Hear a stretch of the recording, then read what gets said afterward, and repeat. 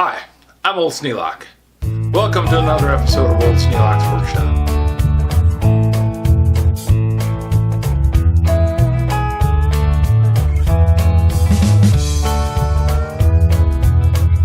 Getting ready to do some work on the big grinder. It's been on hold for a while, but I'm getting back to it. To do that work, I needed to use the metal lathe, the Old South Bend. Now, you know I like to have the camera so that I can show you what I'm doing on the lathe.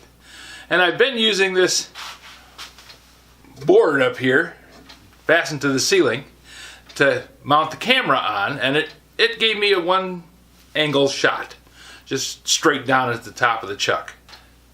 To get a little better angle on the shots, I put up my camera arm. Now I made this arm a year ago, but I don't think I ever showed you exactly what I did. So I'll give you a really quick idea of how I mount my camera, and it made shooting a lot easier. And I hope it's going to make this work on the lathe show up better. Been noticing that most of it is only one angle and you can't see everything. This rack is made up out of 1/2-inch PVC pipe, and it's nothing fancy. It's a floor flange up at the top that mounts it to the floor joists up above, and I just fastened it on there with a couple of screws. I was clamping it because I was moving it around, and I decided that I'm not going to keep moving it all the time. I'm just going to make another one for the other benches. That way I don't have to keep constantly climbing up and moving the thing. Because it has a huge range of motion. I can come over to this lathe with it. I can work on that lathe with it. I can even swing it out and aim it around the room. The way I did that, it's got a short threaded nipple that goes into the floor flange. Then it has a short threaded nipple that goes into an elbow on that. And then another elbow attaches to that same short threaded nipple. That gives me the ability to turn it back and forth. But because of the way the tapered threads are made, it tightens up. So it has a fixed position. Once I move it, and it stops vibrating, because there's a weight on the end and it kind of vibrates like that. Once it stops vibrating, it stays where I put it. And the vibration can be stopped pretty much by just touching it. Then I came down about 1.5 feet, and I put another elbow on. Now this pipe isn't threaded. This is just pressure fit. PVC pipe is designed to jam into the elbows, into any fittings. And this is schedule 80, so it's extra thick. That way I just jam it into there, but it lets me turn it. And it stays where I put it. Then I did the same thing down here that I have up there. 2 elbows, a close nipple in between, and then another short length of PVC pipe. And then I come down here to this thing. This is the nice part that I just recently added.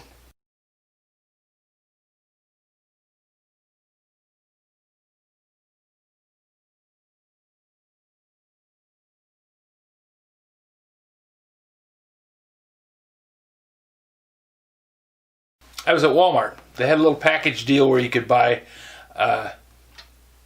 mounts for a GoPro, but it was the cheap style. It wasn't GoPro brand, but it does the same thing. It lets you fasten the GoPro to a little fixed mount.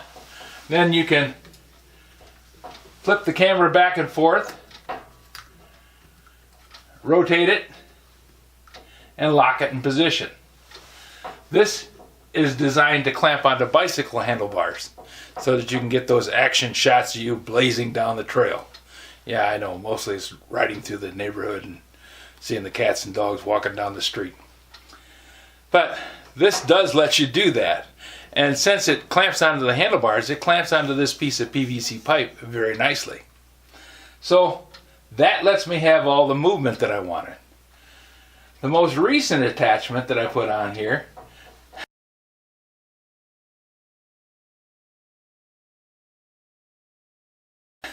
I bought this down at the Restore. They had a bicycle mirror. Yeah, I know, I got a bicycle GoPro mount, and I've got a bicycle mirror. Well, my Nikon S8200 doesn't have the flip out monitor, so I can't see the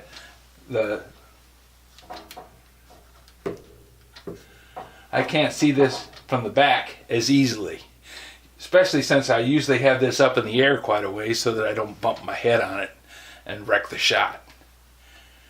This bicycle mirror lets me aim the mirror so that I can look at the mirror and see what's going on the camera.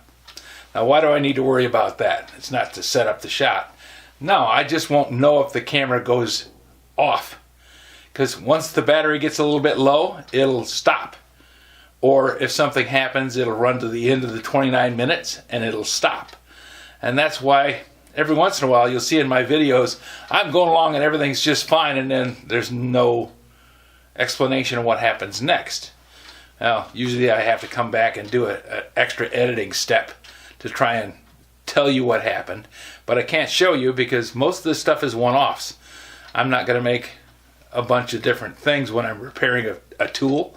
I'm not going to break the tool so I can show you how I fixed it again.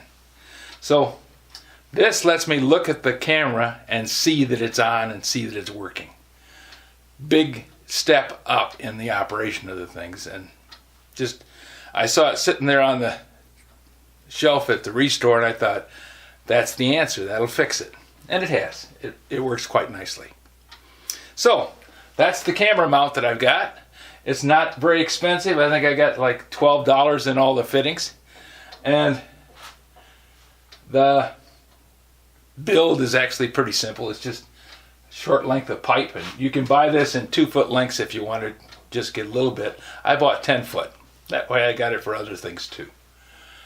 And 4 elbows, 2 close nipples, and a floor flange.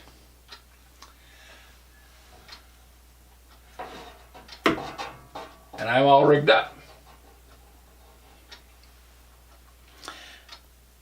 If you have any suggestions for a new video, questions about today's video, or any of the other videos on the channel, just drop a note in the comments. You know I read them all. Thanks for watching, and I hope this helps somebody else who's trying to figure out how to make the shots come out a little better. It's not a perfect setup, but it's working really good for me.